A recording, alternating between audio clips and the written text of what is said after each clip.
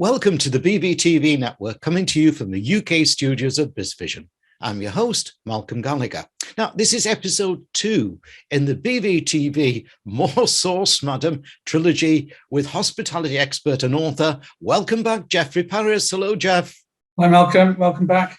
I love the title of your book, More Sauce, Madam. Where did that come from?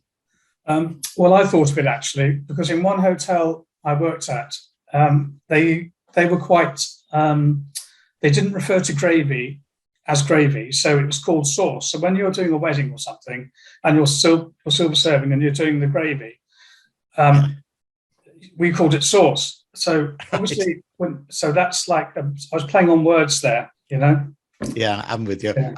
I'm with you. It must have confused the diner there a few times there. Now, Geoff, I'm a fervent advocate that success in hospitality is down to what's called CX these days, or customer experience. That's not customer service, by the way, which is something you do to someone, but CX, or customer experience, is something you do with someone. So do you agree? And do you think customer experience is as good as it should be today in hospitality?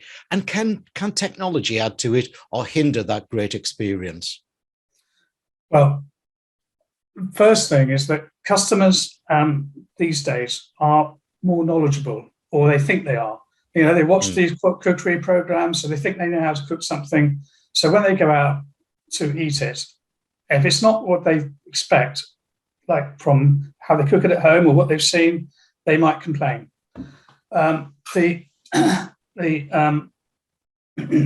If I can give you an example of customer expectation, the thing that actually is annoying are customers who say click their fingers at you, or who do that sort of thing. So we had one hotel which had a very long restaurant.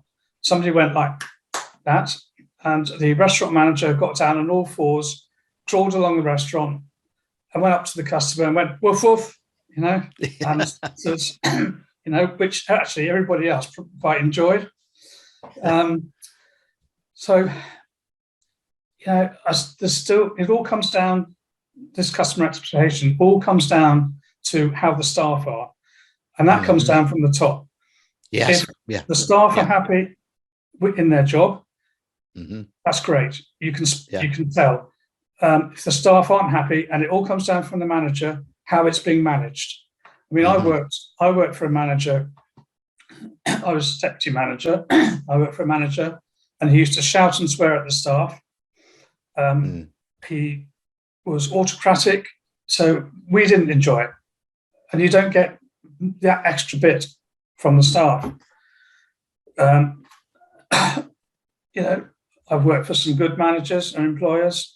Then you go the extra mile. So that plays a big part in it. Yeah, I'm with you. Now, you know, a lot of it, as you quite rightly say, starts at the top, because as they say, this fish stinks from the head downwards. And but it's hard these days, isn't it, to deliver the experience, because one of the biggest challenges we've got is untrained staff and finding staff, you know, and maintaining the standards that you want to set. So do you feel in some ways that hospitality today is slipping in standards? Well, I think Brexit's played a large part in this. It's everywhere. You just can't get the staff, especially chefs. Now, I've heard of restaurants down here, probably nationwide, who haven't got any chefs, so they've had to close. You know, there must all these staff must be out there. I just don't know. I think also because of COVID, they've realised that they can have weekends off and not necessarily work and get paid like from the government. So I think that's kind of like got into their mindset. So it's really hard to get staff all over the place. You know, every single department. It's just so hard. And actually, the Ukrainians coming over is helping this.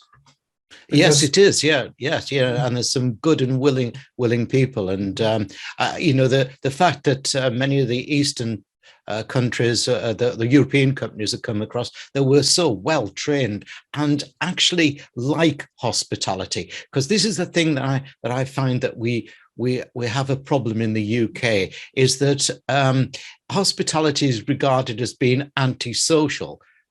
You know, I started working for ABC Theatres doing shows and everything when I was 17. So I've been in a long time there. And yes, I only got Monday and Tuesday off. I had to work all weekends when everybody else was out playing. But the excitement that you get from it, the learning that you get from it is phenomenal. But I don't think it's sold correctly to people these days, hospitality. What do you think? No, it's still considered like British people don't like to be subservient. And it's sad that the foreigners that work, Eastern European workers, they're brilliant, or most European ones. But the British, it's always the young British who let the side down, whether it's through alcohol, drugs, not all of them, obviously, but no. You know, and equally it's management as well. It's hard to get the right management. So the British have a long way to go. It depends on the type of establishment. I think more professionally run chains, or certainly like 5-star, 6-star establishments, obviously they've got the pool for the labour being in the city. But when you're, say, where I am in Brixham, which is out sort of on middle of nowhere almost, it's quite harder to get staff. For instance, my employers had to buy a house just to put staff in because of this, you know, because of the lack of staff. Yeah.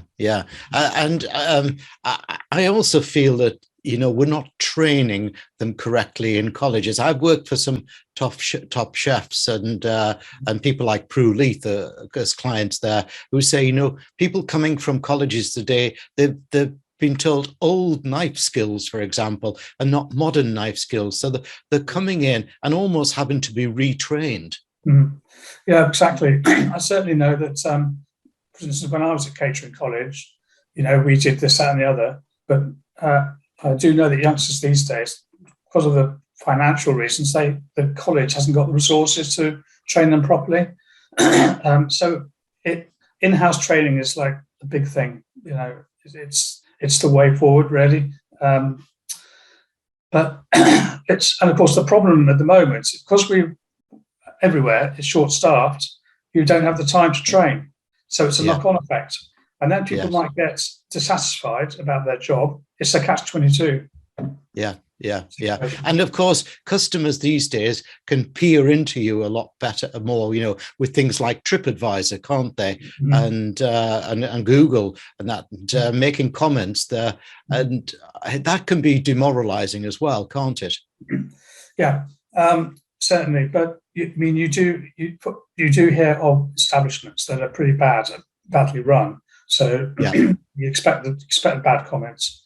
The worst thing that people do these days, you know, they've had a meal with some friends, you've done a check back, everything's all right, and then the next day you'll get an email, you know, I didn't want to say in front of my friends, but, you know, and you think, I know. At Thompson Holidays, we used to do lots of surveys on that, and we found that the worst complainers were the Canadians, who in many cases would write the complaint letter before they travelled. But anyways, that's a different story. Thanks, Geoff. Now let's give viewers and listeners details of your URL, your website address, which obviously viewers, you can see on the screen behind me.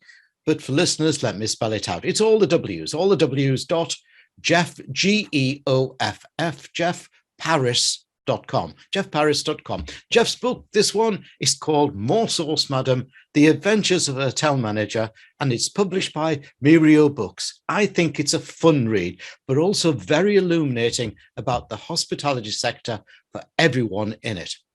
Now, this BVTV channel is called Hospitality Today, Beds, Bars, Bites and Bookings, because I think this sector has changed and is changing. But with change comes the need for new skills. In episode 3, I want to chat with Geoff about change and those skills. So can we go there, Geoff? Of course, Malcolm.